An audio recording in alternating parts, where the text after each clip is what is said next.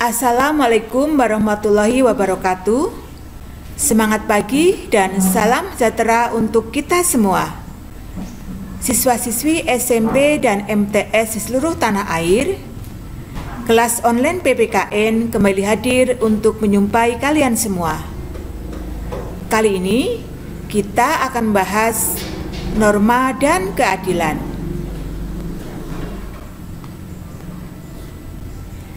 Siswa-siswi sekalian, subpokok bahasan yang akan kita bahas di hari ini yaitu norma dalam kehidupan bermasyarakat. Untuk subpokok bahasan arti penting norma dalam mewujudkan keadilan dan perilaku sesuai dengan norma akan kita bahas pada video selanjutnya. Siswa sekalian, kita mulai dengan latar belakang pembahasan kita. Di mana bumi dipijak, di sana langit dijunjung. Merupakan pepatah yang berasal dari Sumatera Barat yang menggambarkan dengan tepat kewajiban kita untuk mentaati aturan atau hukum yang hidup dalam masyarakat. Siswa-siswi SMP dan MTS di seluruh tanah air, sejak kelahiran hingga akhir hayatnya, manusia selalu hidup berkelompok. Seorang ahli filsafat Yunani bernama Aristoteles dalam bukunya Politics mengatakan bahwa manusia adalah zoon politikon, artinya manusia selalu hidup berkelompok dalam masyarakat. Dalam kaitannya dengan pernyataan tersebut, manusia memiliki dua kedudukan, yaitu sebagai makhluk sosial dan sebagai makhluk individu yang mempunyai perbedaan pemikiran dan kepentingan. Menurut Roger Bond, dalam masyarakat terdapat tiga kepentingan yang dilindungi oleh norma atau hukum, yaitu kepentingan umum, kepentingan masyarakat, dan kepentingan pribadi. Siswa-siswi sekalian, kita bahas satu persatu. Yang pertama, kepentingan umum. Kepentingan umum meliputi kepentingan negara sebagai badan hukum untuk mempertahankan kepribadian dan substansinya. Contohnya, mempertahankan diri dari serangan negara lain. Kepentingan negara sebagai penjaga kepentingan masyarakat, contohnya menjaga fasilitas publik atau fasilitas umum dan kestabilan ekonomi. Yang kedua, kepentingan masyarakat. Kepentingan masyarakat meliputi 1. Kepentingan masyarakat bagi kepentingan umum, contohnya perlindungan hukum bagi keamanan. Yang kedua, kepentingan masyarakat dalam jaminan lembaga sosial, contohnya perlindungan lembaga perkawinan atau keluarga. 3. Kepentingan masyarakat dalam kesusilaan, untuk melindungi masyarakat dari kerusakan moral. Contohnya, peraturan atau undang-undang tentang pornografi. 4. Kepentingan masyarakat dalam pemeliharaan sumber-sumber sosial. Contohnya dalam bidang perdagangan. 5. Kepentingan masyarakat dalam kemajuan umum. Dan yang keenam, kepentingan masyarakat dalam kehidupan manusia sebagai individu. Contohnya, kebebasan berpendapat.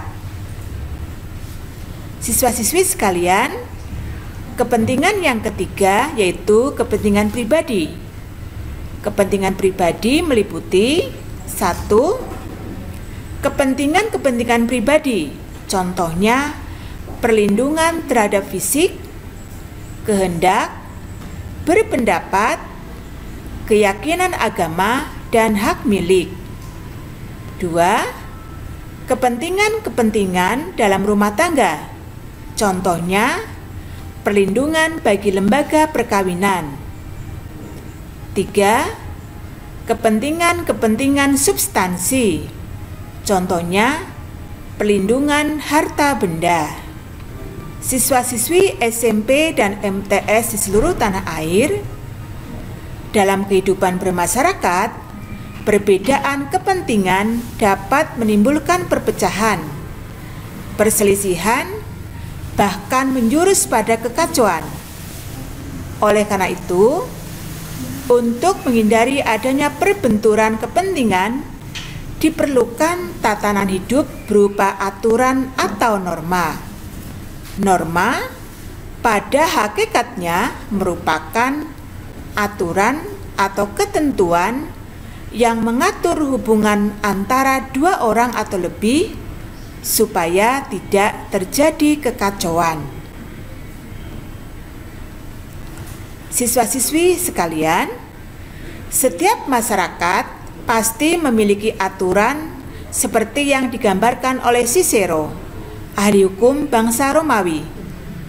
Ubi societis ibis ius, yang artinya di mana ada masyarakat, di situ ada hukum. Namun karena corak budaya yang berbeda, maka aturan yang berlaku dalam suatu masyarakat bisa berbeda.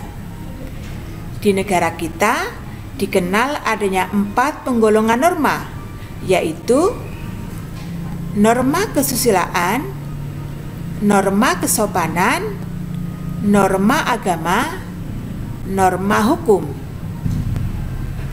Siswa-siswi sekalian, mari kita bahas satu persatu. Yang pertama, norma kesusilaan. Norma kesusilaan adalah peraturan hidup yang berkenaan dengan bisikan kalbu dan suara hati nurani manusia. Norma kesusilaan sebagai bisikan suara hati nurani memiliki keterkaitan dengan norma agama dan norma hukum.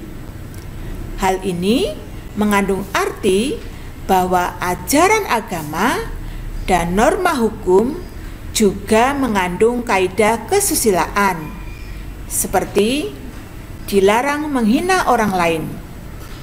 Seseorang yang menghina orang lain bukan hanya bertentangan dengan hati nurani, melainkan akan berdosa dan bisa mendatangkan pidana. Yang kedua, norma kesopanan. Norma kesopanan adalah norma yang berhubungan dengan pergaulan manusia dalam kehidupan sehari-hari. Norma kesopanan bersumber dari tata kehidupan atau budaya yang berupa kebiasaan-kebiasaan masyarakat dalam mengatur kehidupan kelompoknya. Apabila kebiasaan-kebiasaan yang dianggap baik, termasuk aturan kesopanan, dilakukan berulang-ulang dan secara turun-temurun, maka akan membentuk adat istiadat. Yang ketiga, norma agama. Norma agama adalah sekumpulan kaidah atau peraturan hidup manusia yang bersumber dari wahyu Tuhan. Pemahaman akan sumber norma agama yang berasal dari Tuhan membuat manusia berusaha mengendalikan sikap dan perilaku dalam hidup dan kehidupannya. Norma agama dalam pelaksanaannya tidak hanya mengatur hubungan manusia dengan Tuhan, tetapi juga mengatur hubungan manusia dengan makhluk ciptaan lainnya. Selanjutnya, norma yang keempat yaitu norma hukum. Norma hukum adalah peraturan mengenai tingkah laku manusia dalam pergaulan masyarakat dan dibuat oleh badan-badan resmi negara serta bersifat memaksa, sehingga perintah dan larangan dalam norma hukum harus ditaati oleh masyarakat. Norma hukum mempunyai 2 sifat. Yang pertama, bersifat perintah, yaitu memerintahkan orang berbuat sesuatu dan jika tidak, maka dianggap melanggar norma tersebut. Yang kedua, bersifat larangan, yaitu melarang orang berbuat sesuatu dan jika orang tersebut melakukan perbuatan yang dilarang, maka dianggap melanggar norma tersebut. Nah, siswa-siswi SMP dan MTS di seluruh tanah air, demikian tadi pembahasan kita untuk pembahasan norma dan keadilan pada bagian yang pertama. Pembahasan kita pada bagian yang kedua, kita akan berjumpa pada video kelas online berikutnya. Tetap semangat. Wassalamualaikum warahmatullahi wabarakatuh.